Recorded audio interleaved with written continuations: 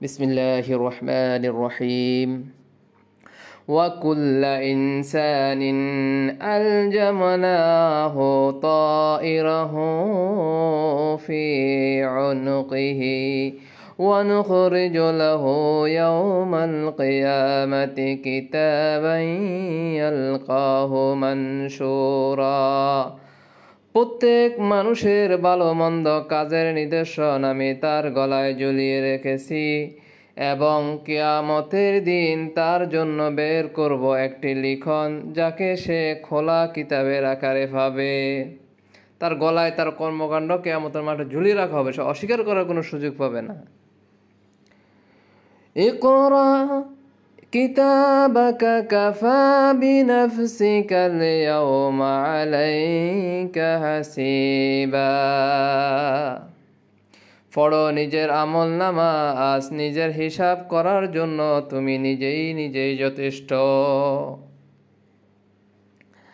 অর্থাৎ প্রত্যেক মানুষের সৌভাগ্য ও দুর্ভাগ্য এবং তার পরিণতির ভালো ও মন্দের কারণগুলো তার আপন সত্তার মধ্যে বিরাজিত রয়েছে।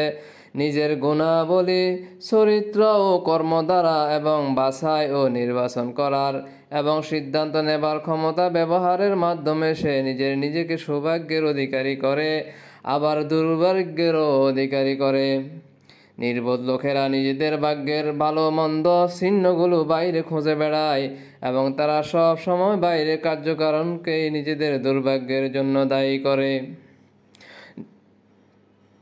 কিন্তু প্রকৃত ব্যাপার হচ্ছে এই যে তাদের ভালো মন্দের পরোয়ানা তাদের নিজেদের গলায় লটকানো থাকে।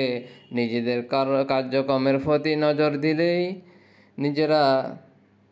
নিজেদের কার্যক্রমের প্রতি নজর দিলে তারা তা পরিষ্কার দেখতে পাবে। যে জিনিসটি তাদেরকে বিকৃতি ও ধ্বংসের পথে এগিয়ে দিয়েছে এবং শেষ পর্যন্ত তার সর্বশান্ত করে ছেড়েছে, তা ছিল তাদেরই নিজেদের কর্মফল। অসৎ গুণাবলী, অশুভ সিদ্ধান্ত, বাইরে থেকে কোনো জিনিস এসে জোরপূর্বক তাদের উপর চেপে বসেনি। সুতরাং আমরা যা কিছু করি তা আমাদের আমলনামায় আল্লাহ এমনভাবে লিপিবদ্ধ করে রেখেছেন, কাল কিয়ামতের মাধ্যমে আইডি কার্ডের মতো আমাদের গলায় ঝুলিয়ে দেওয়া হবে।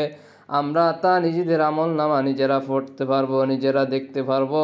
সেদিন আল্লাহর বিরুদ্ধে কোনো অভিযোগ করার কোনো সুযোগ থাকবে না, কারণ দুনিয়াতে আমি যা করেছি সব কিছু আমার সামনে বিদ্যমান থাকবে।